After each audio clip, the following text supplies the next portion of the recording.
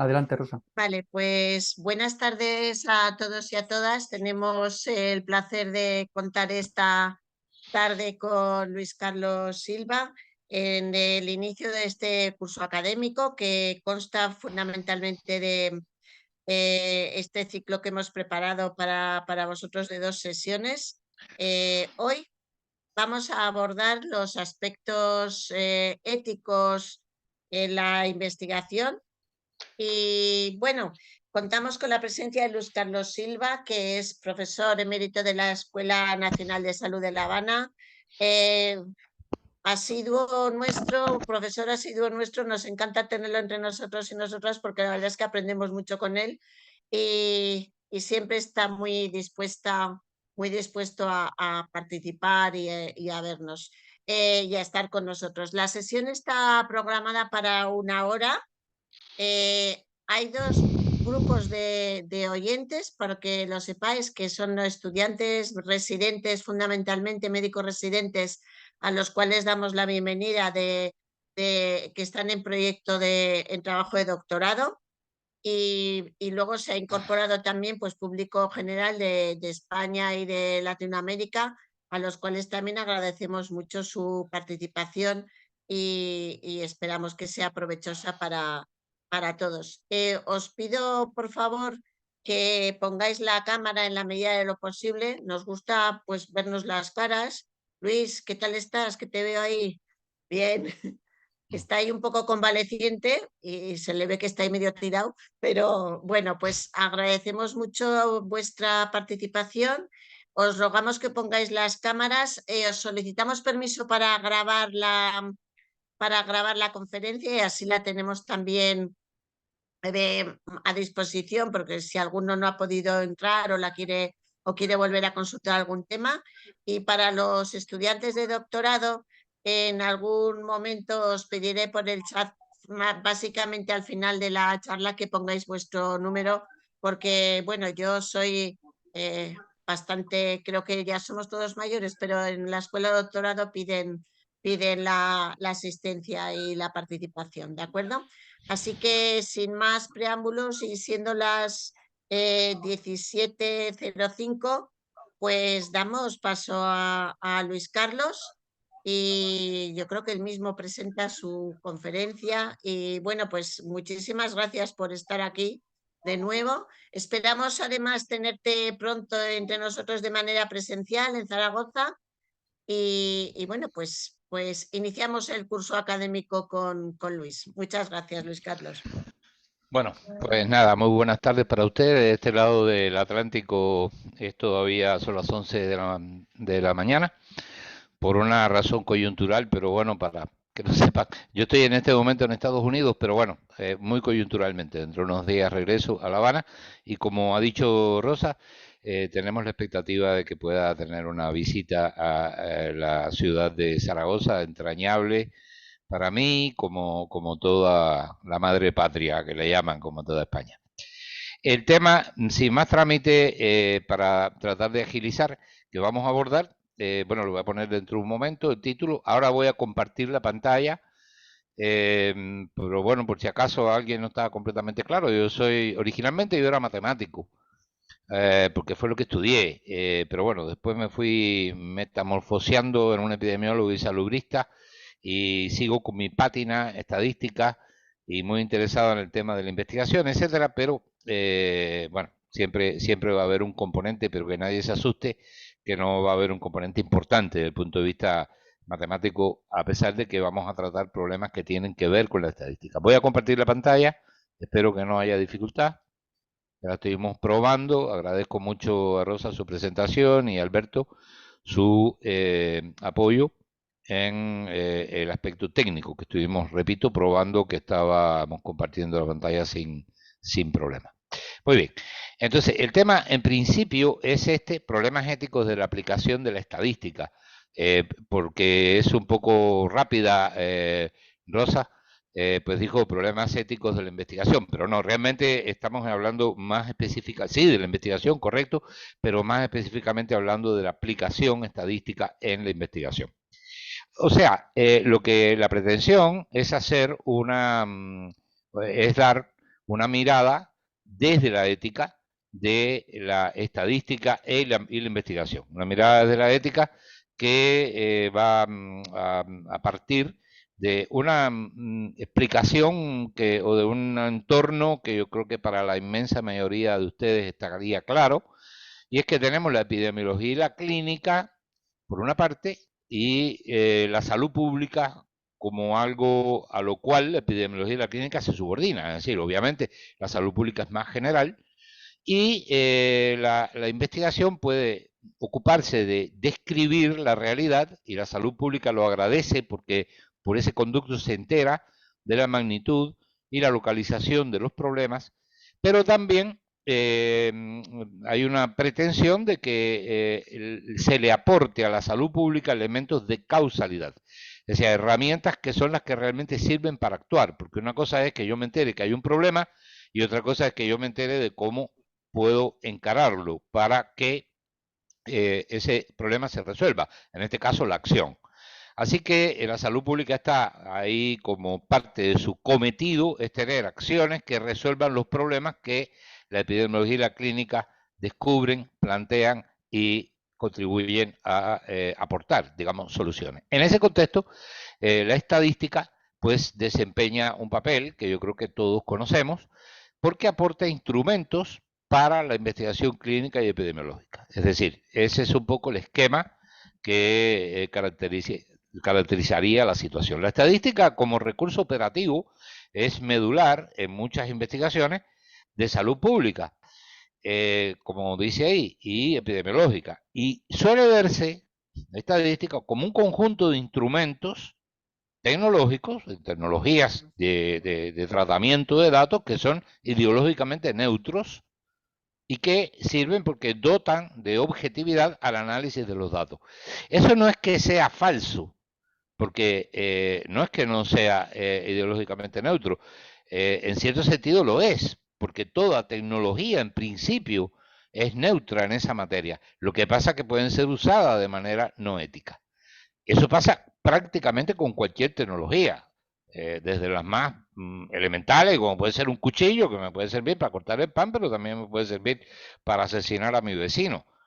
Entonces, el pobre cuchillo no tiene ninguna responsabilidad, pero es una tecnología que puede tener ese uso.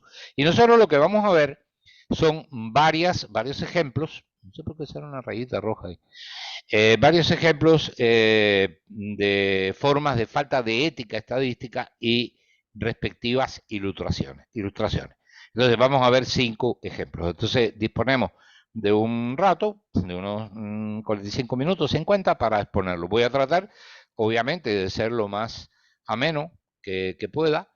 Y quiero empezar con una cosa que a mí me dio muchísima gracia. Espero que capten la sutileza de la situación, porque hace unos años, bastantes años ya, se produjo un acontecimiento en España que fue reflejado en la prensa y que constituye realmente un error digamos, que responde a la incultura científica de la sociedad y del cual la prensa pues se hizo eco. Concretamente, lo que ocurrió fue en una dependencia, no sé si es un municipio o cómo se llama, de Madrid, de Tres Cantos, hubo un proceso donde un concejal de este lugar pues fue grabado por la policía porque había una sospecha de que había un fraude. Entonces, en este señor, este es el titular del periódico, esto está tomado, fue el año 2006, está tomado literalmente, dijo de los 30.000 millones, yo quiero mi 11%, y le decía a su interlocutor, tú me das la pasta y yo me piro. Bueno, eso es tomado literalmente de lo que él dijo. Y bueno, fue un poco más larga la grabación, la aportó la fiscalía para solicitar el procesamiento en definitiva, de este político, pero bueno, que era un delincuente. Concretamente, era muy simpático porque él, los que participaron en el atraco en el fraude, eran 11 personas. como ustedes pueden ver ahí, pues 10 que están dibujados y este señor que por teléfono le dice a alguno de ellos, le dice, mira, somos 11, yo quiero mi 11%, como concejal que levanta la mano para que tú te lleves los 30 millones. Esto es literal, ¿no? Estoy como un gilipollas levantando la mano para que tú te lleves 30 kilos, de eso nada. Somos 11, yo quiero mi 11%. Entonces es muy gracioso, porque si hay un botín y son 11, evidentemente no le corresponde el 11% a cada uno de los 11, le corresponde el 9%. Es como si Alibaba y los 40 ladrones, ustedes recordarán el cuento, Alibaba era un niño y él se ve mezclado con estos ladrones, que eran 40. Entonces imagínense que uno de los ladrones diga, somos 40, yo quiero mi 40%. No, si son 40, lo que le tocaría a cada uno, si lo reparten, es 2,5%. ¿Ok? Entonces, bueno, eso me dio muchísima gracia, pero me da una medida de, bueno, cómo es que algo tan simple como el concepto de porcentaje, pues nada menos que un concejal de una importante dependencia madrileña, más allá de que fuera una persona no muy honrada, pues lo maneje de una manera tan burda, etcétera. Pero esto es una mera anécdota. Vamos a ver algunos ejemplos reales de ya más manipuladores de cuestiones estadísticas y también vinculados a la prensa. En el año, en determinado momento, el año 2015, más o menos en esa misma época, pues surgió en la televisión española, pues se puede ver este gráfico. Este gráfico es un registro de desempleo entre el 2007 y el 2014. Quizá ustedes recuerden que fue el 2015, pues fue un momento de cierta recuperación económica en España después de un proceso muy dramático, donde el desempleo creció y fue todo el tema de la burbuja inmobiliaria, etcétera, etcétera. Y entonces la televisión española pues presentaba este gráfico hecho por el Ministerio de Empleo y Seguridad Social. ¿Y qué ocurre con este gráfico? Si ustedes se fijan, el número 4.447.000, o sea, 4 millones y medio de desempleados, es un número bastante mayor que 4.100.000.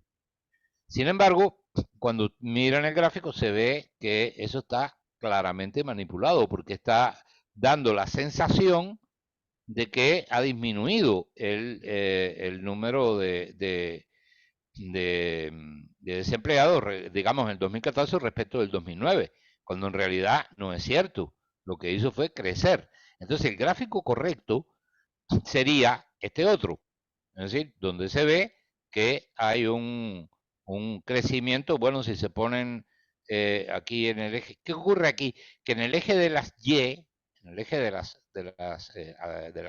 ordenadas, no figura simplemente. Se lo han tragado. Si ponemos el eje de las ordenadas, como ustedes pueden ver ahí, pues entonces ya no se puede hacer esa manipulación. Es una manipulación que es muy, muy clásica, ¿verdad?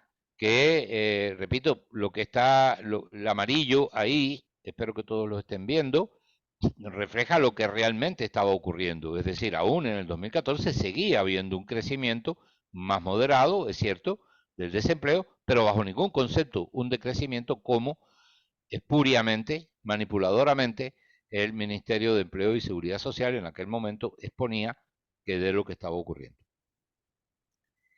Este gráfico es un gráfico, en mi opinión, bastante impresionante. Fue unas elecciones que ganó Nicolás Maduro en el año 2013 en Venezuela.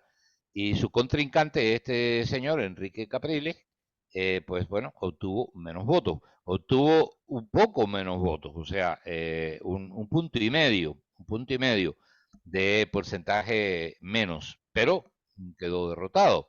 Bien, pero si ustedes se fijan en el gráfico le pasa lo mismo, es decir, no hay eje de las y por lo tanto daría la impresión de que Nicolás Maduro aplastó a Enrique Capriles y no fue así. Fue, si el gráfico se hace correctamente, aquí lo tenemos correctamente, aquí debajo, ya sea que lo expresemos en números no en porcentajes como en porcentajes, da igual, se ve que la columna roja es ligeramente superior a la columna azul, pero no como arriba se insinúa. Eso es una manipulación que lo han hecho mucho y aprovechándose un poco, repito, de la incultura de las personas. Ahí está saliendo, yo no sé por qué, una raya roja en todas las diapositivas. Supongo que ustedes la estén viendo también, pero bueno, eso no estaba así, pero no sé cómo se colocó, cómo se coló eso ahí. Bien. Ah.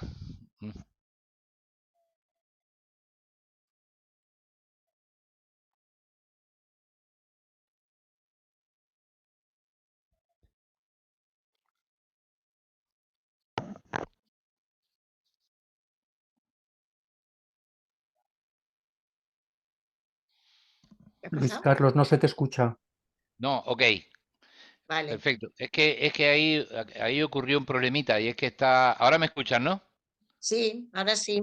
Bueno, porque el Sí. problema es que eso tenía una grabación detrás y yo no la quité. En fin, lo que se está viendo ahí es que en el 2010, según plantea aquí este presidente, en aquel momento Piñera, que aspiraba a que su partido pues ganara esas elecciones, pues se ve que hubo un descenso importante cuando él fue presidente del 30 al 22%.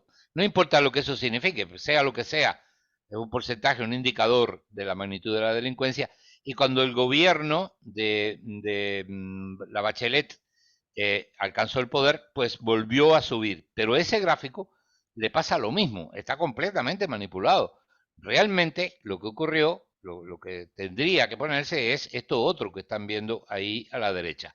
Es decir, la columna azul mucho más alta de lo que también manipuladoramente se está exponiendo en el gráfico este. Otro ejemplo, aquí lo tenemos en el periódico La Razón. Aquí aparecían unos datos de comparación del PSOE con el PP, en fin. Eso le pasa lo mismo, es el mismo truco que es no poner el eje de las Y y por lo tanto se está pues manipulando porque realmente como tendría gráfico correcto, tendría que ser este, otro, donde se ve que hay bueno, una diferencia entre el 2004 y el 2009 para el PSOE en esa estimación mucho menor, mucho menos marcada que la que se está insinuando en el gráfico de la izquierda. Es una cosa bastante desfachatada. Hay este ejemplo que voy a poner ahora, ya creo que es el último. A mí bueno, no, este es muy gracioso. Este es de Grecia. Ahí se ve, por ejemplo, cómo el cono azul de Nueva Democracia es prácticamente más grande que el de Syriza, que era el partido de la izquierda en aquel momento. Y en cambio, los escaños eran 78 y 148. El cono azul de Syriza debería ser el doble ampliamente que el de Nueva Democracia, pero ahí se está poniendo también, esto es la televisión tomado directamente de la televisión de Atenas, Grecia. Y este otro, este es muy fuerte, porque esta es una cosa que se presentó también en televisión y es el rating de Telecinco respecto de Antena 3. Si ustedes se fijan, 13,2 y 13,5 son virtualmente el mismo número. Yo diría que son el mismo número. Claro, alguien podría decirme, ¿cómo es el mismo número? Si 13,2 es más chiquito que 13,5. Sí, desde el punto de vista estrictamente aritmético son números distintos. Desde el punto de vista epidemiológico y estadístico estamos hablando del mismo número. No hay ninguna diferencia sustantiva entre esos dos números. Sin embargo, el gráfico es descaradamente favorece, entre comillas. El verdadero sería el de abajo.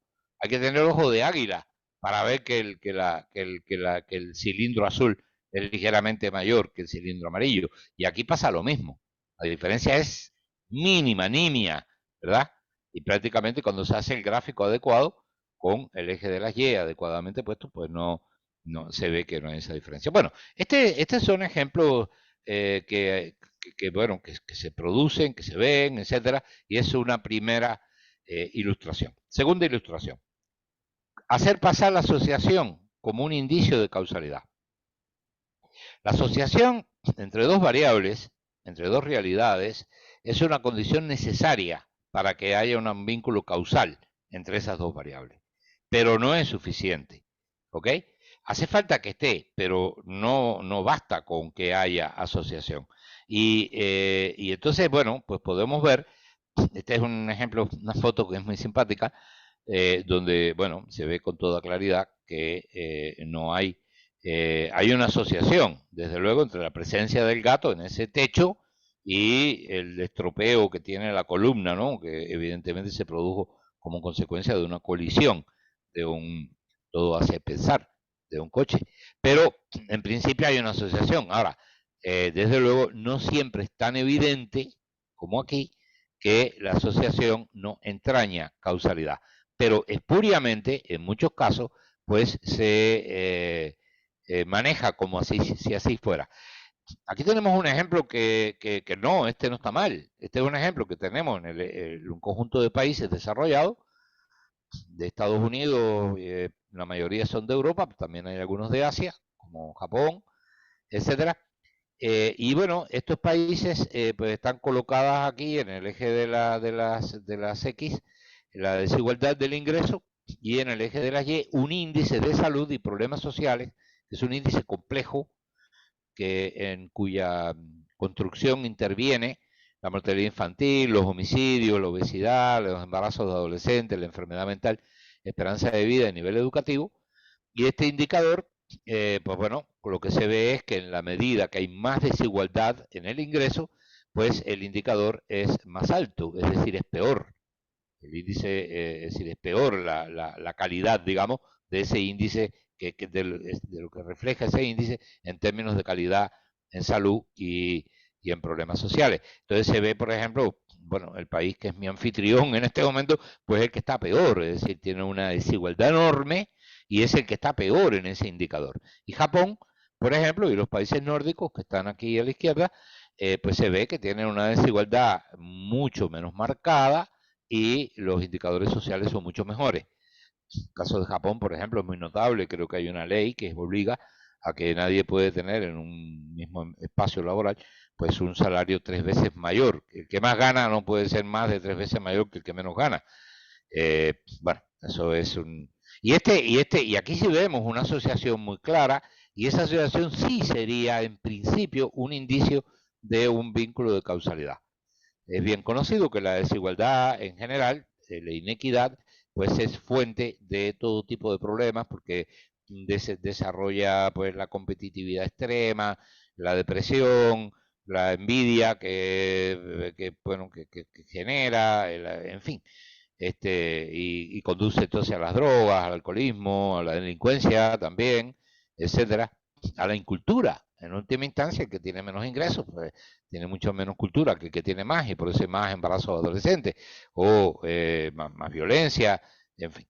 Entonces, eso sí sería un indicio, pero otros, cosas que se pueden encontrar en la web, como el vínculo entre la tasa de divorcios en el estado de Maine, en Estados Unidos, y el consumo per cápita de margarina en esos estados a lo largo de los años, pues se ve una asociación muy fuerte entre esas dos cosas, que el sentido común nos indica que no tiene ningún viso de ser, de indicar que hay una causalidad, ¿no? Que sea el incremento o la disminución de los divorcios la que produce la disminución en el consumo de margarina.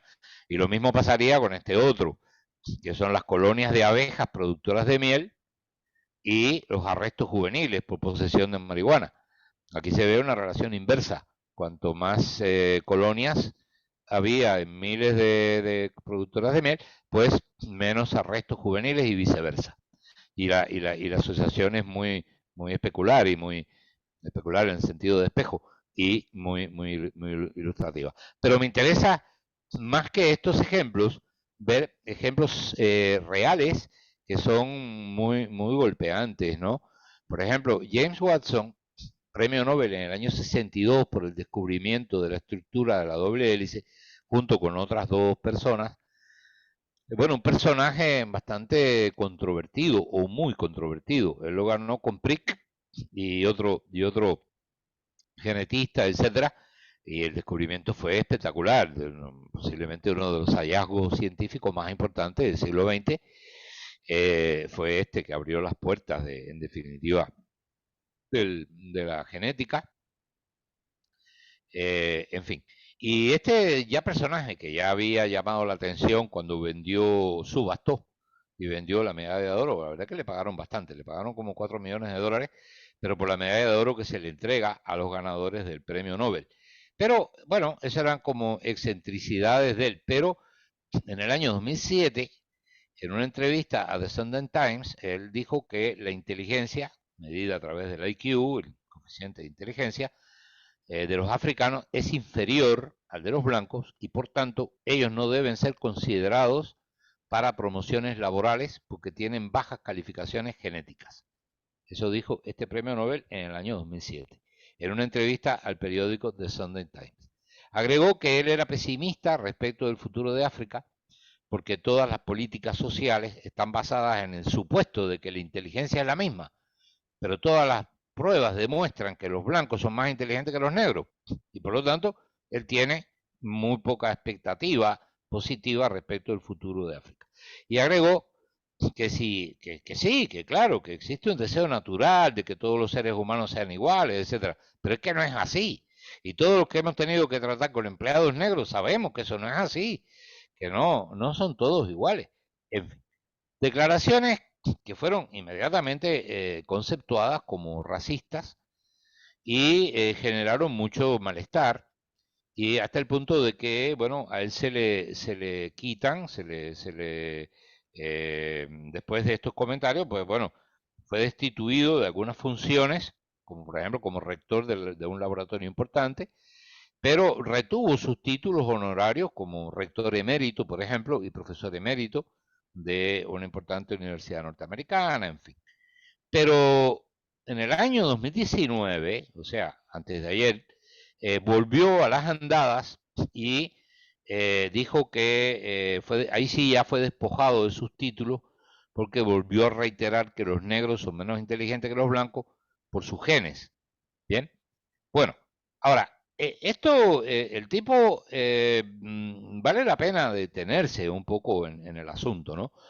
¿Realmente de dónde él saca esto? Bueno, él saca de que efectivamente hay una alta correlación negativa entre el coeficiente intelectual y el color de la piel de los estadounidenses.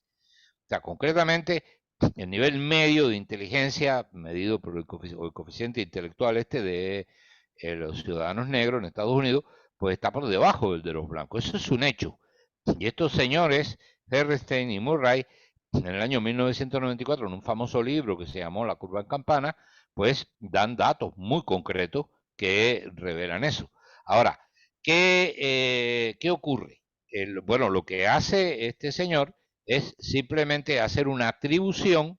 Allá hay una asociación, color de la piel, nivel intelectual. Pero otra cuestión es que ese hecho, esa asociación, pueda entenderse como una relación de causalidad. Es que ser de la raza negra es el que motiva que las personas tengan un IQ o un test de inteligencia menor. Bueno, ahí es donde está el error, ahí es donde está la atribución falsa. Hay una asociación, pero ¿por qué? Bueno, porque ahí influyen, no voy a entrar en detalles estadísticos, pero influyen los terceros factores, los factores confusores que se llaman. Por ejemplo, la cantidad de madres de niños negros no integradas en programas de atención materno-infantil es mucho más elevada que la que están en ese caso entre los blancos. Los niños negros que nacen bajos de peso y crecen en medio de carencias alimentarias y espirituales muy marcadas son 3 veces más que los blancos. Entonces, claro, si un niño está desenvolviéndose en un ambiente de alto nivel de polución, de hacinamiento, de pobreza, de alimentación inadecuada, etcétera, pues evidentemente eso va a tener un impacto en su propio desarrollo intelectual y va a producir el fenómeno. Entonces, por ejemplo, la contaminación es otro ejemplo, pues la contaminación de del aire urbano es mucho más alta en los barrios, pero muchísimo más alta en los barrios negros que en los barrios blancos, ¿no? Esta es las declaraciones de Jane Watson, esta es una opinión mía, no son erróneas por ser racistas. Son racistas porque son estadísticamente manipuladoras. por eso es que lo son. Si no, no habría problema, porque igual que los negros son más rápidos que los blancos corriendo de 100 metros planos, podrían ser menos inteligentes por su genética. Y posiblemente corran más rápido que los blancos, los 100 metros planos, porque genéticamente están mejor dotados. Bien, pero lo otro es algo que si fuera correcto, pues no pasa nada. Pero el problema es que es espurio, que hay una manipulación estadística ahí. Bien, bueno, estas son dos ciudades que visité hace un tiempo. Las fotos no son mías, creo que la de la izquierda sí. Es un barrio negro de Detroit y la de la derecha un barrio blanco de Portland. Tercer ejemplo. Permitir que la estadística sea un rehén del mercado. Aquí voy a comentar muy rápidamente este libro cuya lectura yo sugiero enfáticamente. Hay otro libro de este mismo autor, de Michael Sandel, muy reciente, sobre el papel de la meritocracia, que es magnífico, es extraordinario. Pero este libro sí ha sido traducido al castellano, el otro creo que no. Este último, sobre la meritocracia. Este es un filósofo. Él ha estado en España y bueno, es un bestseller y un tipo que mueve a muchísima gente, multitudes, en las conferencias que él da en la Universidad de Harvard, etcétera. Y él contaba una anécdota que a mí me parece muy importante, muy expresiva. Ah, bueno, perdonen, aquí yo voy a quitar esto. Perdonen, porque esto... voy a salir un momentico, porque ahí me salió un problema, que quiero ver ahí un segundo. Descansamos un momento, aquí.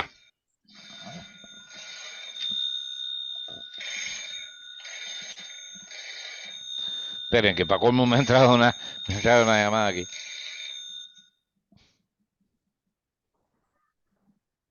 Sí, pero eso es aparte. No, es que quería quitar de aquí. A ver, es que tengo aquí a Rosa. Quería quitar Ah, ya. Okay.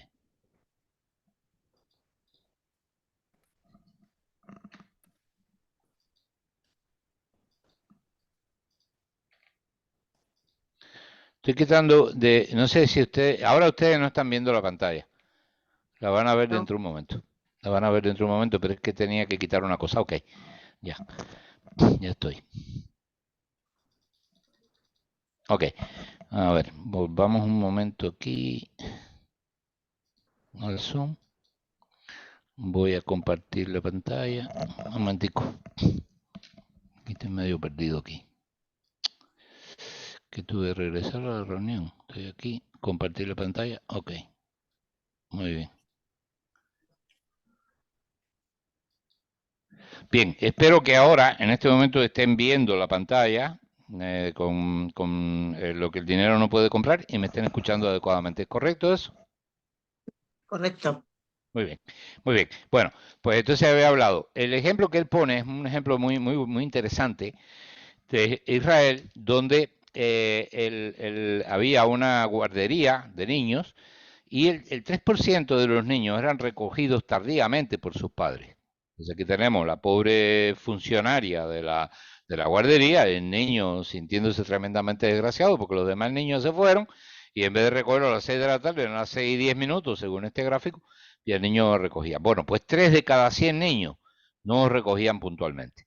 Y entonces la guardería decide tomar medidas y decir, bien, el porcentaje es 3%, vamos a cobrarle una multa a los que lleguen tarde. Y establecen una multa por las tardanzas, posiblemente proporcional a la magnitud de la tardanza.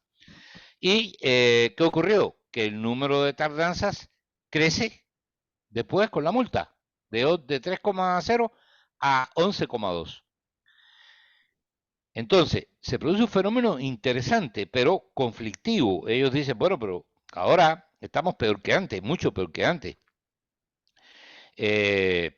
¿Por qué? Bueno, por una razón muy simple, según el análisis que han hecho los especialistas de este problema. Se ha convertido en una mercancía la tardanza. Lo que antes tenía un valor moral, ahora yo estoy despenalizado moralmente porque yo puedo llegar tarde y pagar por eso. Y si me sale negocio o me conviene, pues lo hago.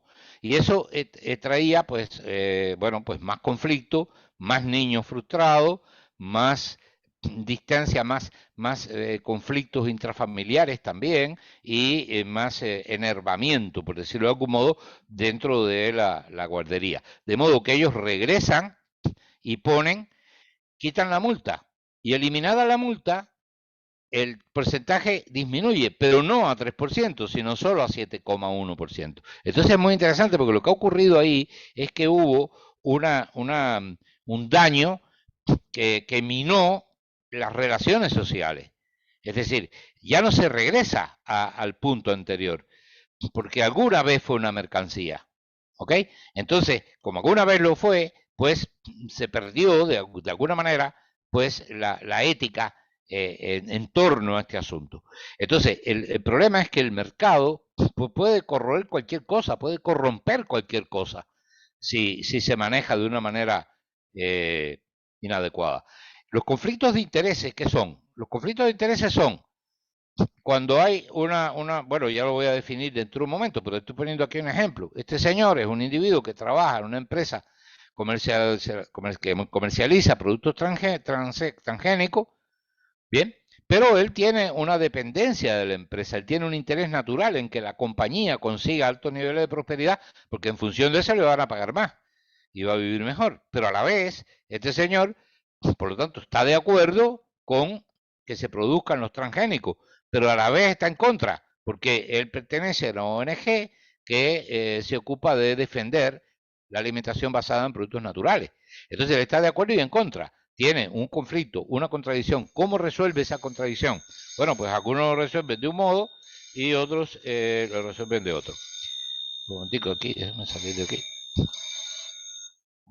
No consigo apagar este aparatejo.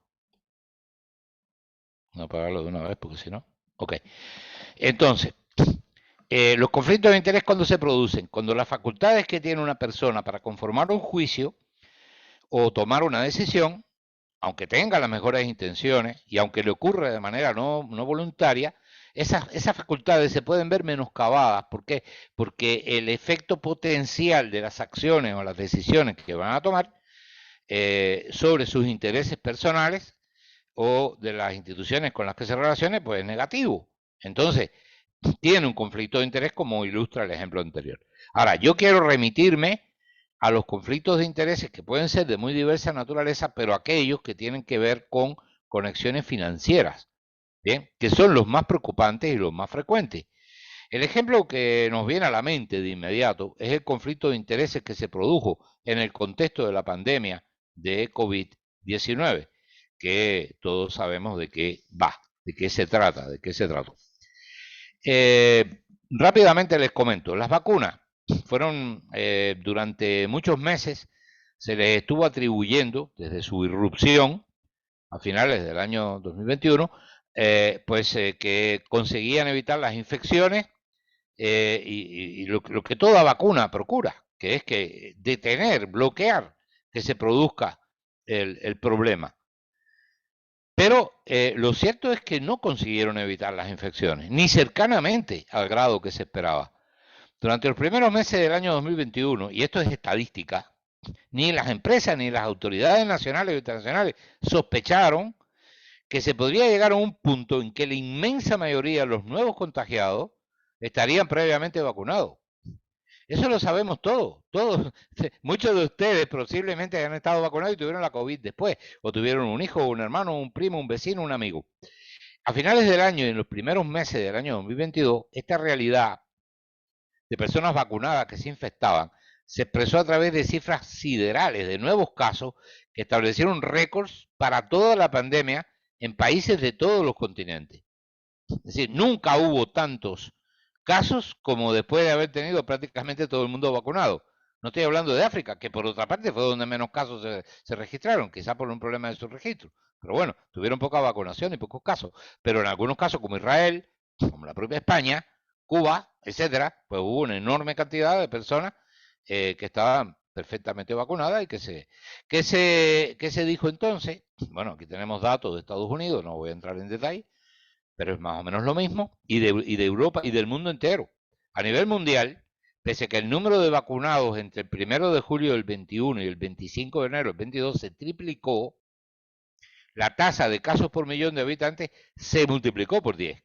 Bien, entonces, ¿qué está diciendo eso? Bueno, que la vacuna no cumplió esa expectativa. Está bien, ok.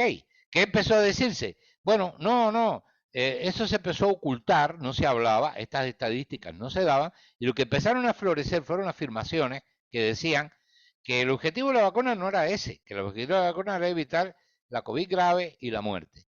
Eso es una cosa desfachatada, decir que esa no era todo lo contrario.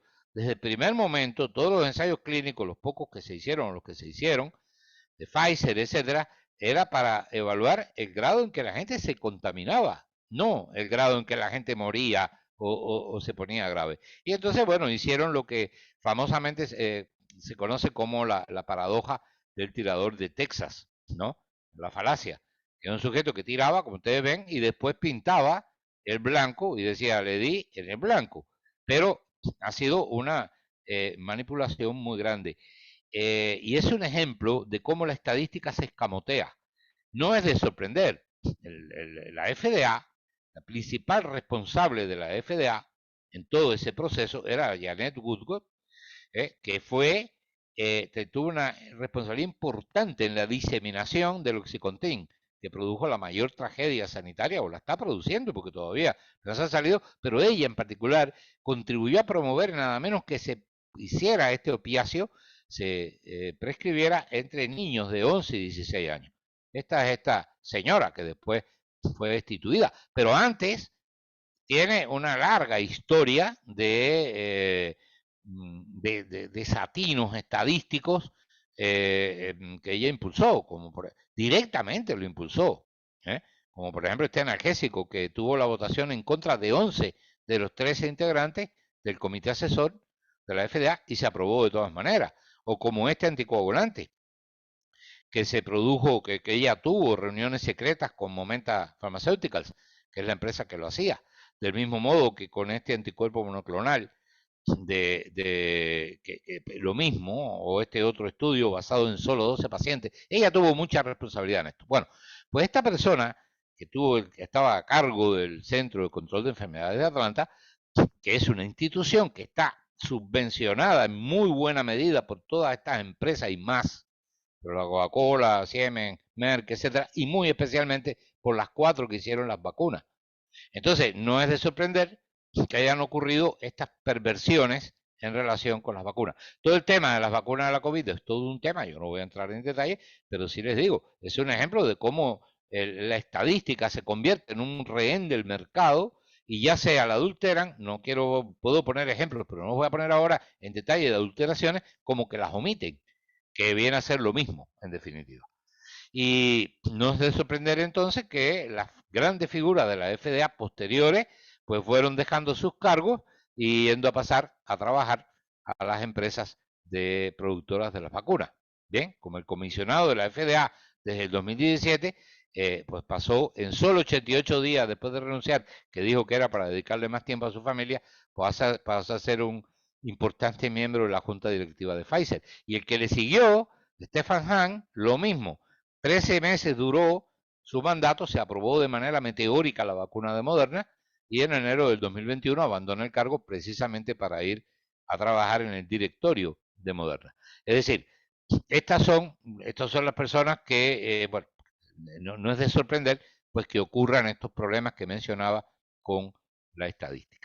Bien, el cuarto ejemplo que quiero poner tiene que ver con algo que es muy frecuente, que eso sí es muy estadístico, que es decir, si hay significación estadística, entonces eso es relevante.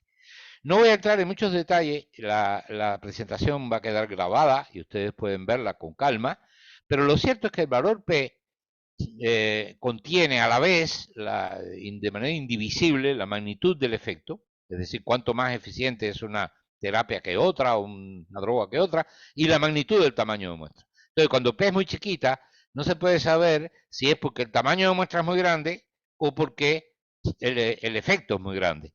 Entonces, por eso la significación estadística dista de ser equivalente a significación sustantiva, porque una pequeña diferencia con una muestra muy grande va a arrojar significación estadística.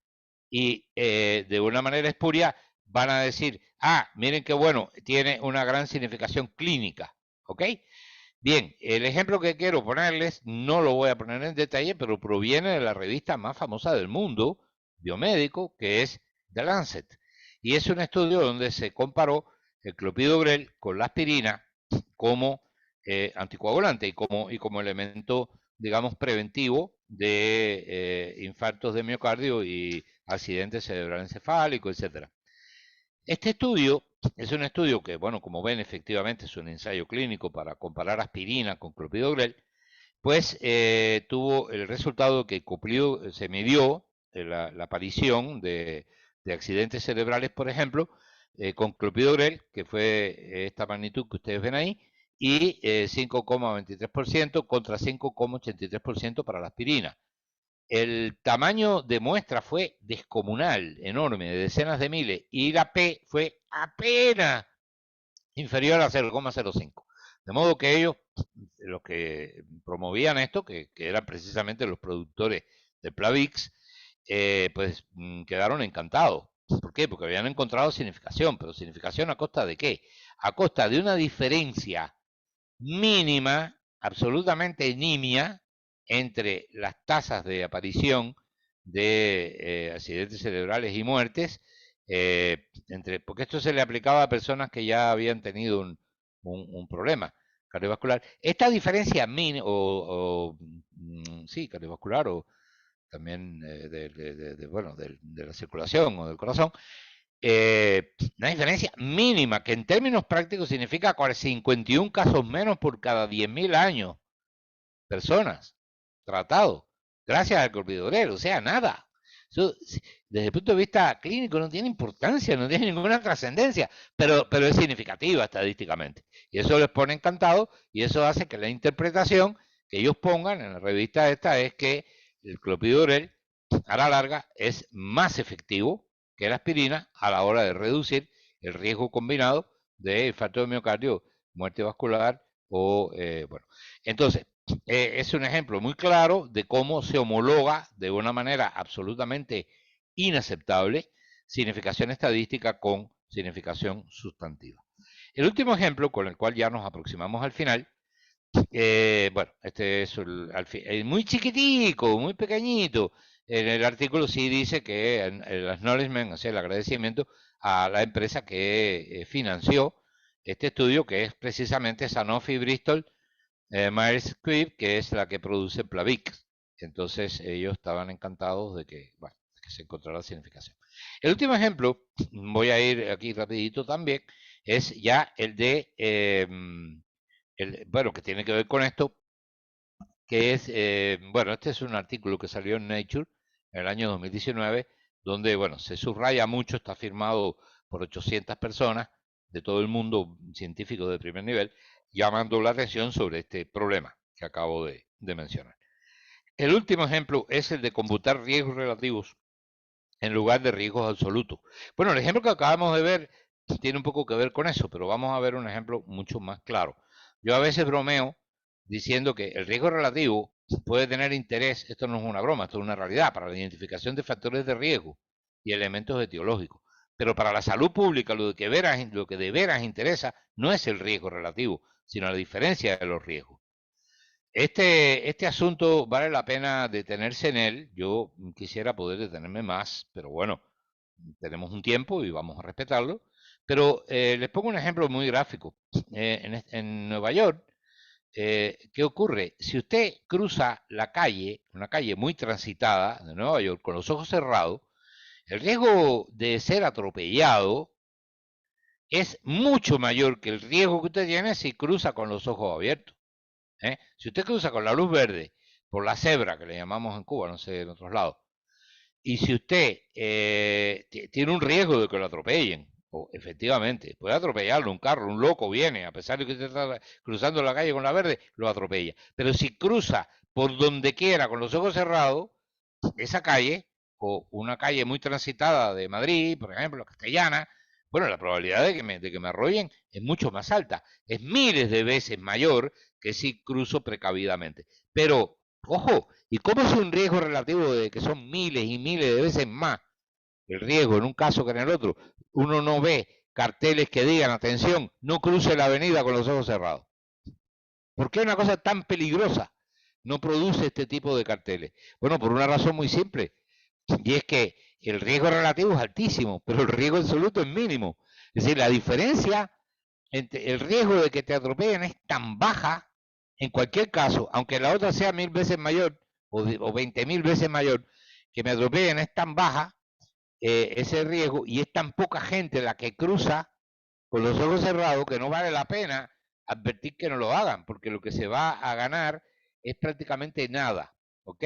Así que el riesgo, colocar carteles advirtiendo ese peligro sería ridículo, porque virtualmente nadie sigue esa conducta de riesgo. Si la sigo es muy, muy peligroso, pero nadie lo hace. Entonces, no tiene ningún sentido advertir de que no se haga algo que nadie hace, o que casi nadie hace. Entonces, incluso desde el punto de vista estadístico, no voy a entrar en detalles, pero si se calcula el llamado riesgo atribuible, lo que se ahorrarían sería el 0,7% de los atropellados. Es de 7 de cada 1000 de los atropellados, pero como casi nunca se producen atropellamientos, estos carteles y estas medidas y esta acción preventiva, pues no ahorraría prácticamente nada.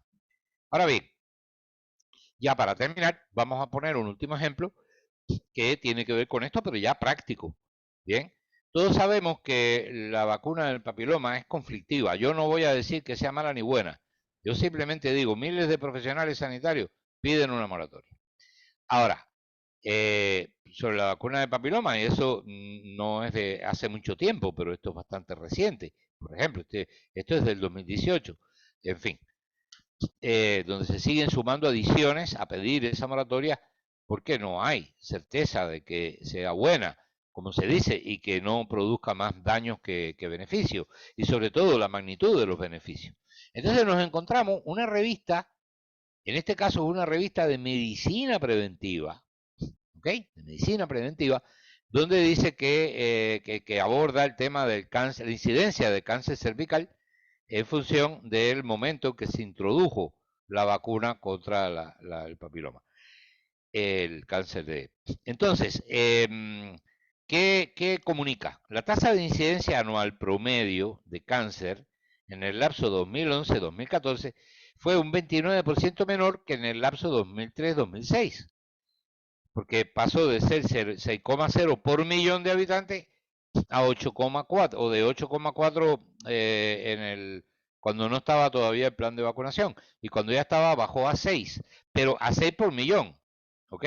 El riesgo relativo, bueno, era de 0,71, es significativo, estadísticamente significativo, está el intervalo de confianza, no contiene al 1, etcétera, y entonces tenemos un 13% menor de casos, pero en realidad, un decrecimiento, la concluyen ellos, un decrecimiento significativo en la incidencia de cáncer cervical fue lo que encontramos entre mujeres jóvenes, etcétera. Pero ¿qué ocurre? Efectivamente, si ustedes calculan, la diferencia relativa de 8,4 menos 6 respecto a 8,4 es 0,29, es decir, hay una disminución del 29%, pero en términos de la salud pública, ¿qué significa eso? Se ahorrarían alrededor de 7, se puede calcular, lo están diciendo, de 7 por millón.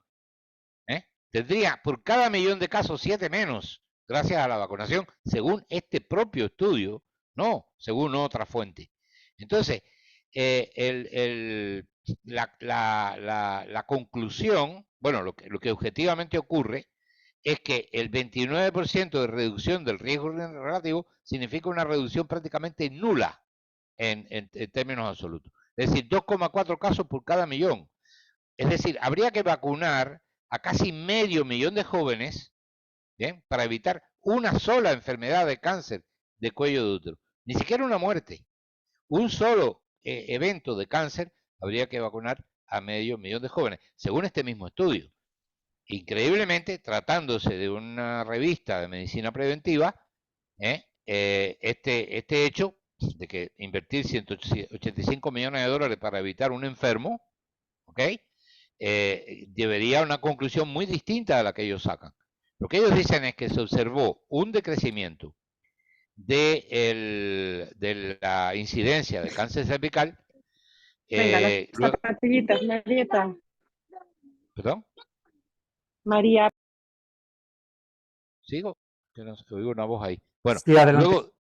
luego de haberse introducido la vacuna, se produjo un decrecimiento significativo de la incidencia de cáncer, es decir, de la cantidad de cáncer.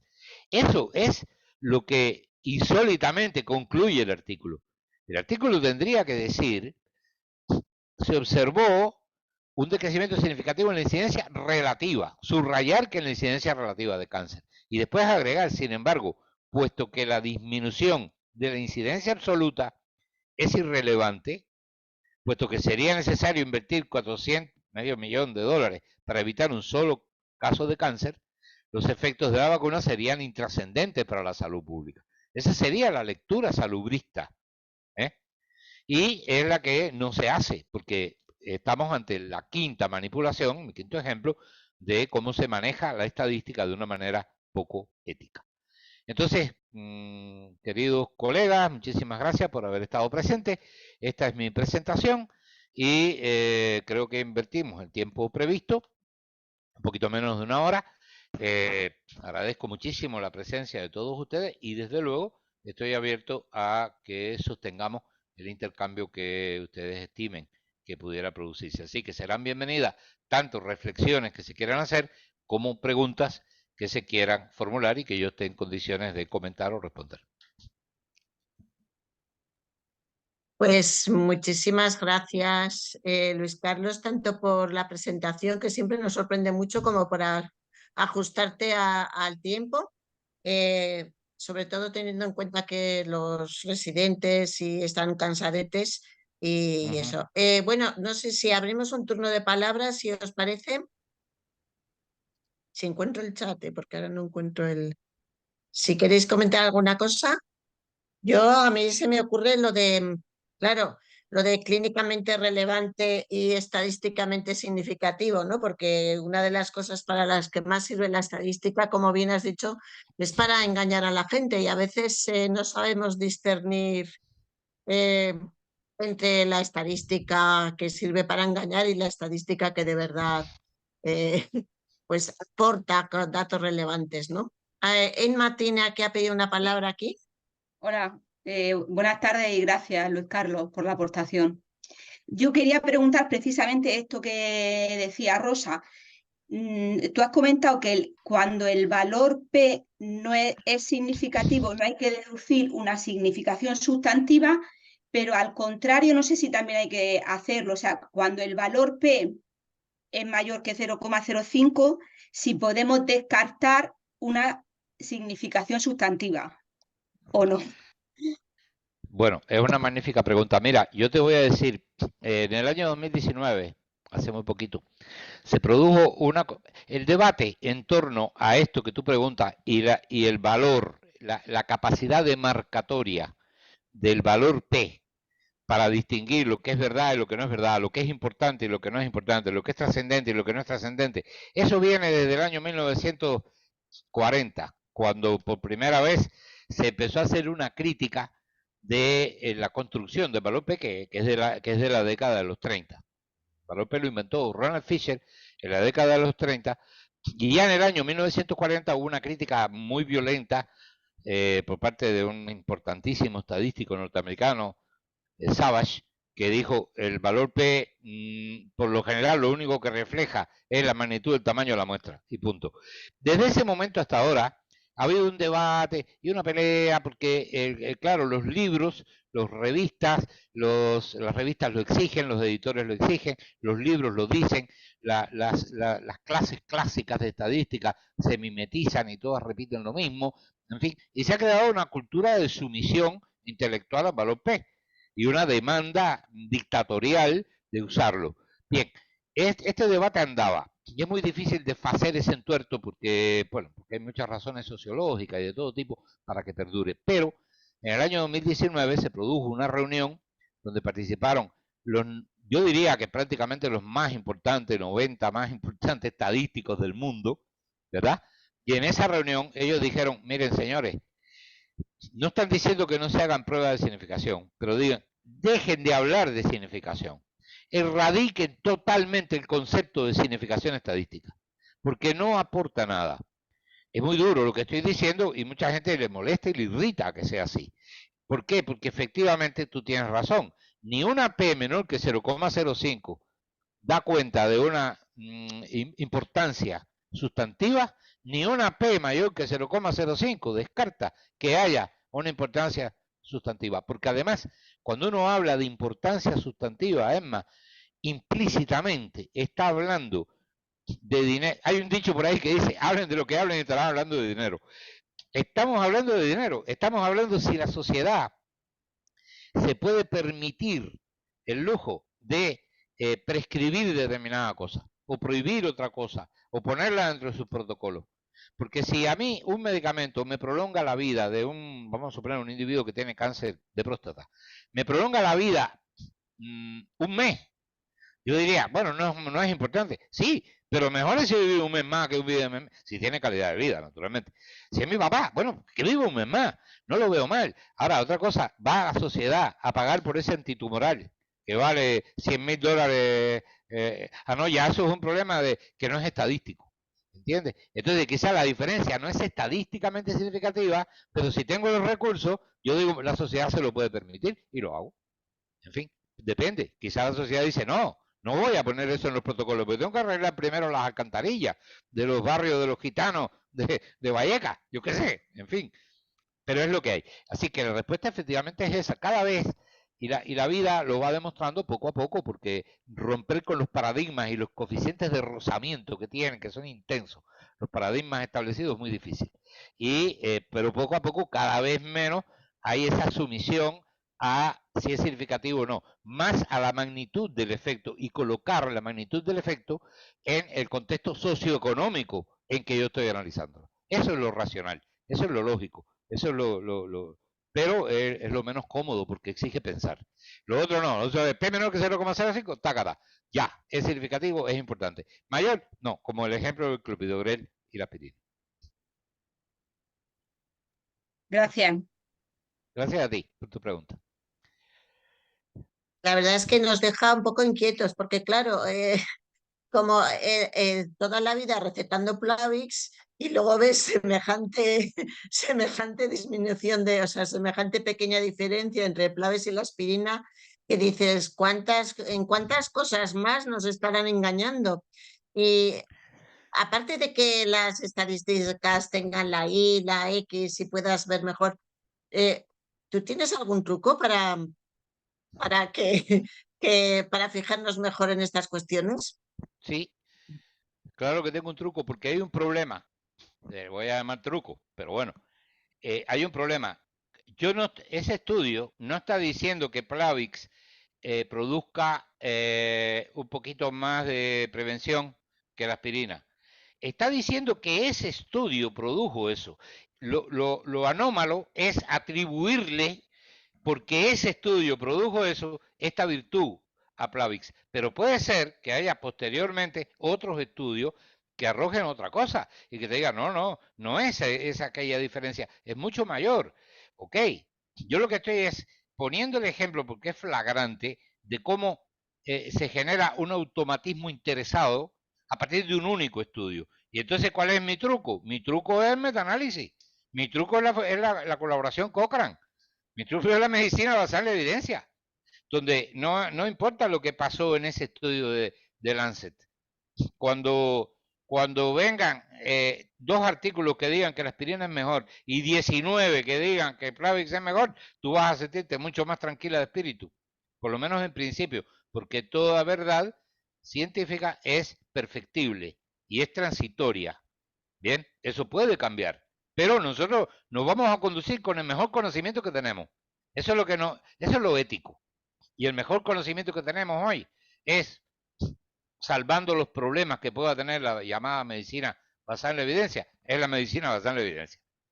Eso es lo que uno racionalmente haría. Es lo que yo hago. Cuando tuve un esguince, fui a ver qué decía la Fundación Cochrane sobre la electricidad y el electromagnetismo y no sé cuánto, un esguince de tobillo, que era lo mejor. Y me conduje de acuerdo a lo que ahí decía, ¿verdad? Y es lo natural, lo que hace cualquier persona racional. Y desde luego ustedes que tienen esa responsabilidad clínica, pues están obligados, digamos, a estar más o menos actualizados. Entonces no hay truco, es ese. El truco es guiarse por las fuentes más sólidas y más plurales, más que más capturen el consenso del mejor conocimiento. Lo que pasa que tú has puesto ejemplos de Nature y de Lancet que también te deja un poco. Tú lees una revista que tiene un factor de Q4, una revista que, bueno, que tiene mucha financiación de la industria y dices, va, bueno, me lo creo, no me lo creo, pero teóricamente los resultados de revistas de semejante prestigio deberían de generar más confianza, ¿no? Bueno, deberían, pero cuando tú miras, por ejemplo, la experiencia de la pandemia, ha sido absolutamente extraordinaria para los que tenemos una mirada crítica de las cosas, porque al final las grandes revistas se han convertido, como dije yo, un rehén de la industria. La única que se salva objetivamente de las grandes, me estoy refiriendo a las grandes, estoy hablando de Lancet, Journal of the American Medical Association, de New England Journal of Medicine y quizás Annals of Internal Medicine.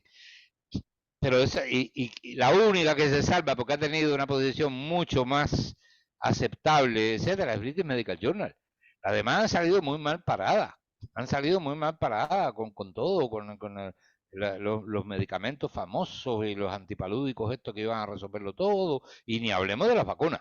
Ni hablemos de las vacunas, que fueron promovidas prácticamente con estudios muy criticados y muy criticables, etcétera. Y British Medical Journal sí tuvo en general. Entonces, como quiera que sea, la pandemia promueve una conmoción que está mitigada de alguna manera porque esa conmoción no le interesa a la industria. Pero ahí está, y es imborrable. Eso no se puede borrar, eso ocurrió.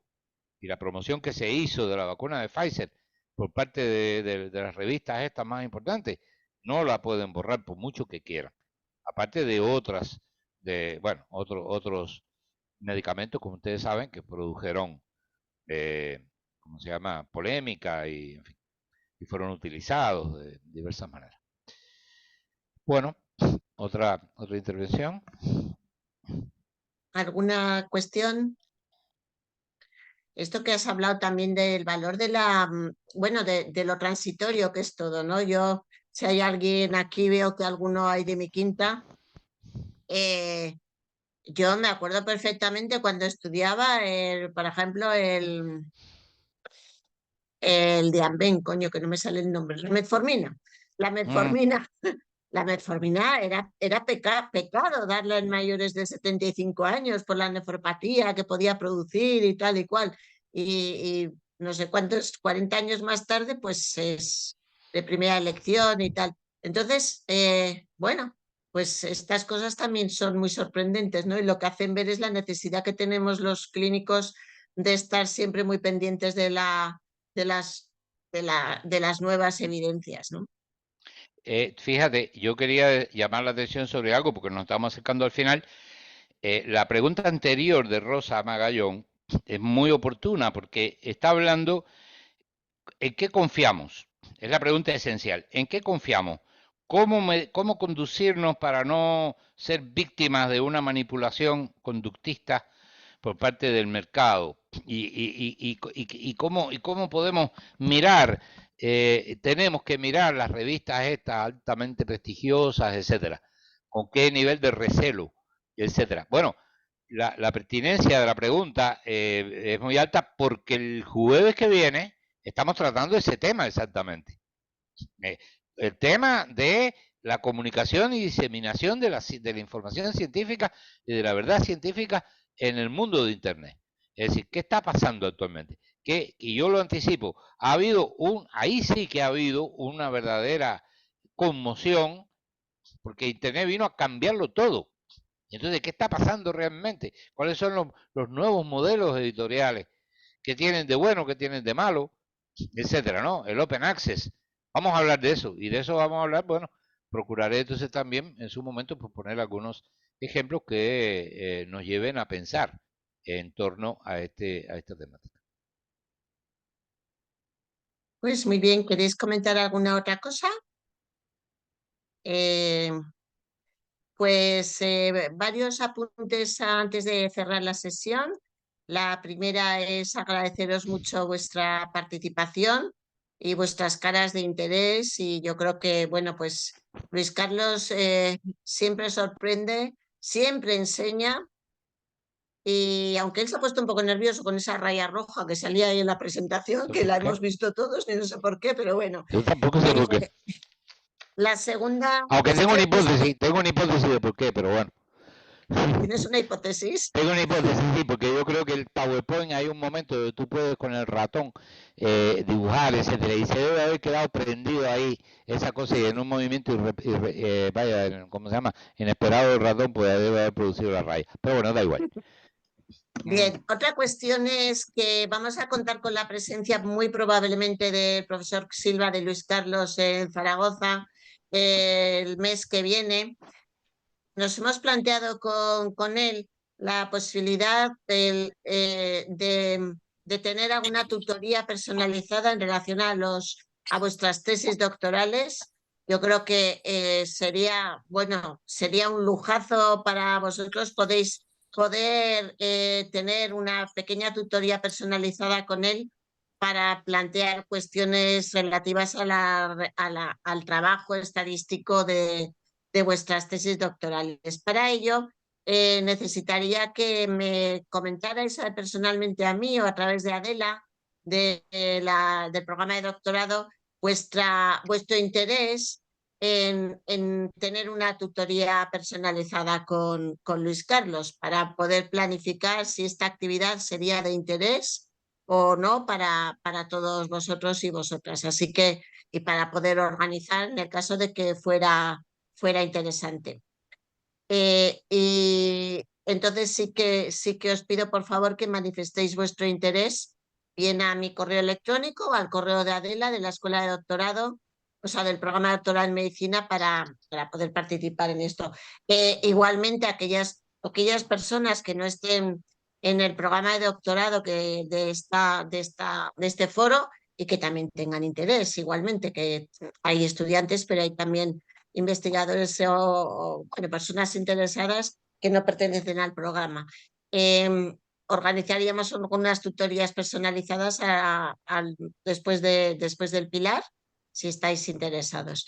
Y por último, pues nada, de deciros que la semana que viene, el día 21, tenemos un nuevo seminario con este formato, que yo creo que es corto, ameno. Tenéis la disponibilidad de la sesión tanto grabada como seguro que Luis Carlos nos facilita su Power con toda seguridad.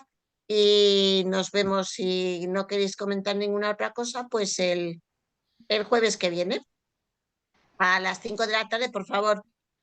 Cuando no hace falta que pongáis el DNI salvo al final, porque despista un poquito ir viendo todo el rato los chats, ¿de acuerdo? Sí, nos vemos la semana que viene. Pues si no tenéis ninguna otra cosa, pues damos por finalizada la sesión, agradeciendo muchísimo a Luis Carlos su participación desde el otro lado del Atlántico. Bueno, yo agradezco mucho a todos. Creo que Carlos quería hablar, ¿o no? No, hace un sueño así, vale. De acuerdo, pues muchísimas gracias a todos por vuestra participación. Igual.